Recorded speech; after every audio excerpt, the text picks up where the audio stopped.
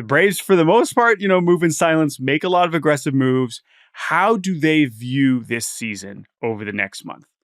Is this a situation where Alex Anthopoulos says, F it, like we're going for this anyway? And I don't know what that looks like because, again, still not a great farm system, but they find a way. They find ways to make trades. They find ways to acquire players similar to the Astros. How do they view themselves? We still have a long way before they have to decide that, but they probably need to start playing better soon. They have already decided. They would have to fall off a cliff for Anthopoulos to do anything resembling sell. Yeah. Is that the I right agree. thing to do? I'm not sure. But the magic of 2021, when the Braves were under 500 and Acuna was hurt and Anthopoulos went out and refashioned his outfield at the deadline, acquiring Duvall and Jock Peterson and Eddie Rosario, and then the Braves go on this miracle run and win the World Series. That experience has created this sort of like a golden shadow for Anthopoulos that has, I don't want to say clouded his judgment, but it certainly has impacted the way that he goes about deadlines because he has this experience that just reinforces his belief system of, oh, well, if we're in the mix, like a good couple months, like we'll get right back in it like it's happened before. Go look at his quotes.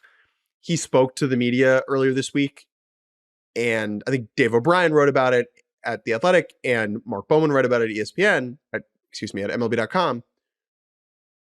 He just brings up 2021 all the time unprompted, Anthopoulos, in a way that is very unique for GMs. We'll be like, well, remember back in 2021, like, it's like, I know, like, it is a relevant data point. I understand.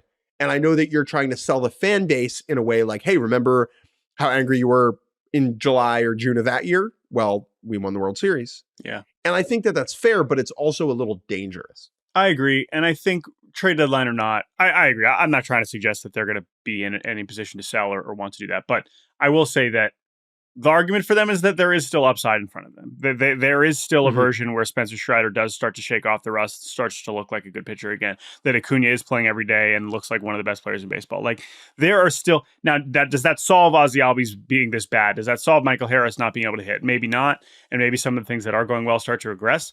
But like we said, there's still a lot of high-end talent here. It's just that they've dug themselves a hole in a way that other teams with a lot of talent haven't, right? I guess Boston is the parallel in the American League.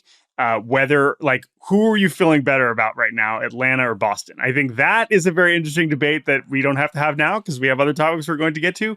But those are the teams that we're kind of looking at in terms of, like, now, Atlanta had a lot more credibility because they've won a lot more in recent years than Boston. But if you're just talking about top-end talent and what the best version of the team looks like, you can still make a case for Boston, just as you can still make a case for Atlanta. They are both in basically the same hole. Right. I mean, we're looking at the same. Now, what that means in the AL versus the NL is different. But those are the teams that I'm going to kind of start to group together in that sense. And Texas a little bit is the same thing, but I think they're slightly different. I think Boston is kind of the better American League parallel. So, yeah, anyway. You have this badass starting pitcher who throws with his left hand, who used to play for the White Sox. And you have an offense with tons of talent that just feels like it slept through its alarm. Yeah. Where if you rearrange the pieces, it's like, no, like the Baldwin Murphy thing is significant. You're not playing your third best hitter every day. Right.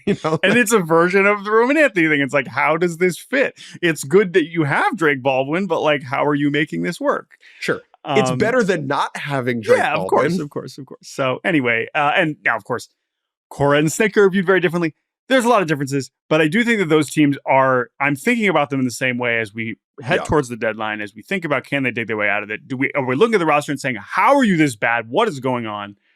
Kind of similar.